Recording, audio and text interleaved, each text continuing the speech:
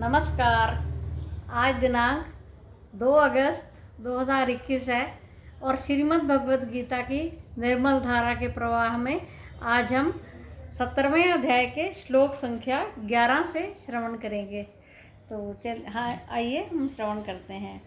भगवान ने आगे 3 प्रकार के यज्ञ बताए हैं। तो वो 3 यज्ञ कौन कौन से हैं और उनका वहन करने से क्या होता है उसके बारे में भगवान बता रहे हैं।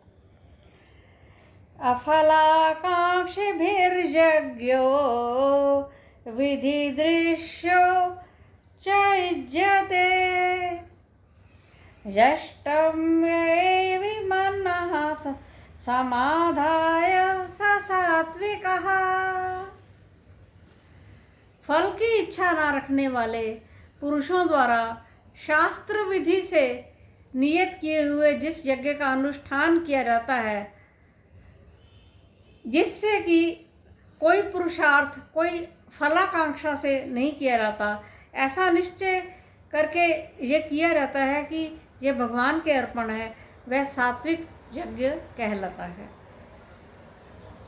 आगे भगवान कहते हैं, अभिसंधाय तु फलम दम्भात् अर्थमपि चैव यत् इज्जते भरतश्रेष्ठ तं यज्ञं विधिराजसम्।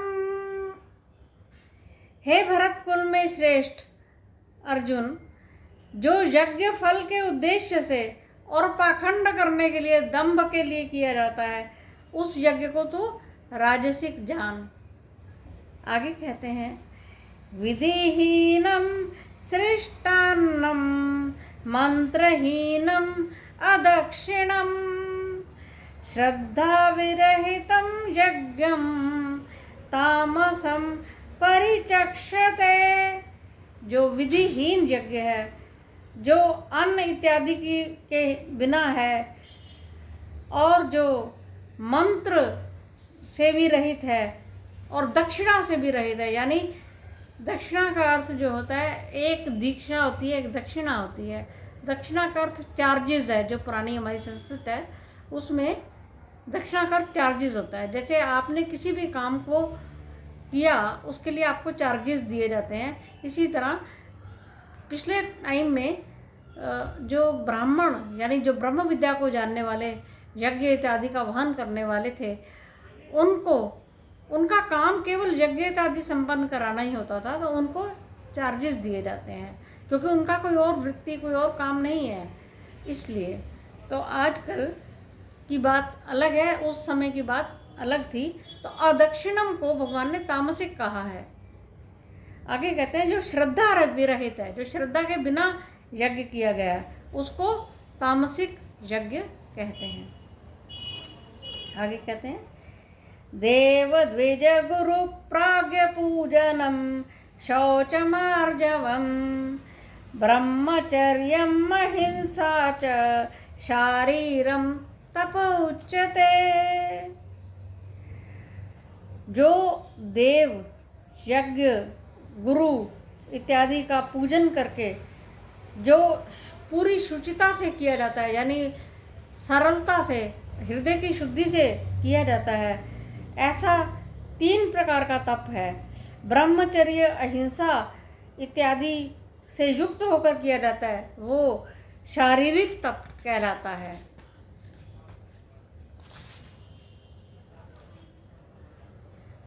आगे कहते हैं,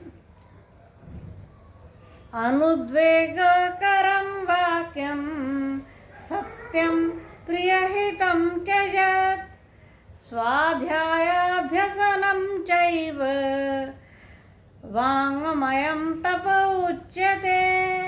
आगे भगवान कहते हैं, जो अनुद्वेगकारी है, यानी किसी प्रकार के उद्वेग, यानी काम, क्रोध, लोभ, मोह, अहंकार, ये सारे उद्वेग हैं। मतलब जो जिसकी इमोशंस ट्रिगर हो जाती हैं, जैसे सडनली गुस्सा आ गया, रिएक्शन हो गया, आपको पता ही नहीं चला, वो दूध के उफान की तरह होते हैं।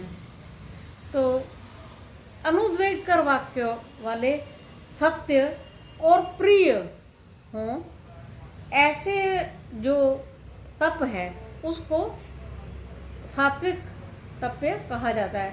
साथ में वो तप कैसा होना चाहिए? स्वाध्याय के अभ्यास से युक्त होना चाहिए।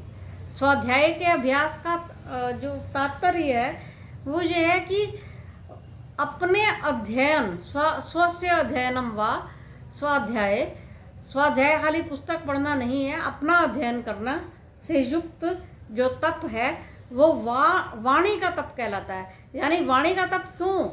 क्योंकि हमारा मन हमेशा बकबक कुछ ना कुछ करता रहता है। इस मन में सैकड़ों विचार चलते हैं, हमेशा ट्रैफिक जैम रहता है। तो उस उद्वेग को, मन की जो वार्तालाप है, मन का जो वाचालपना है, उससे मुक्त होकर स्व का अध्ययन किया जाता है, वो वांग्मय तप कहलाता है। इतना कहकर वाणी को विराम देती हूँ। धन्यवाद, नमस्कार।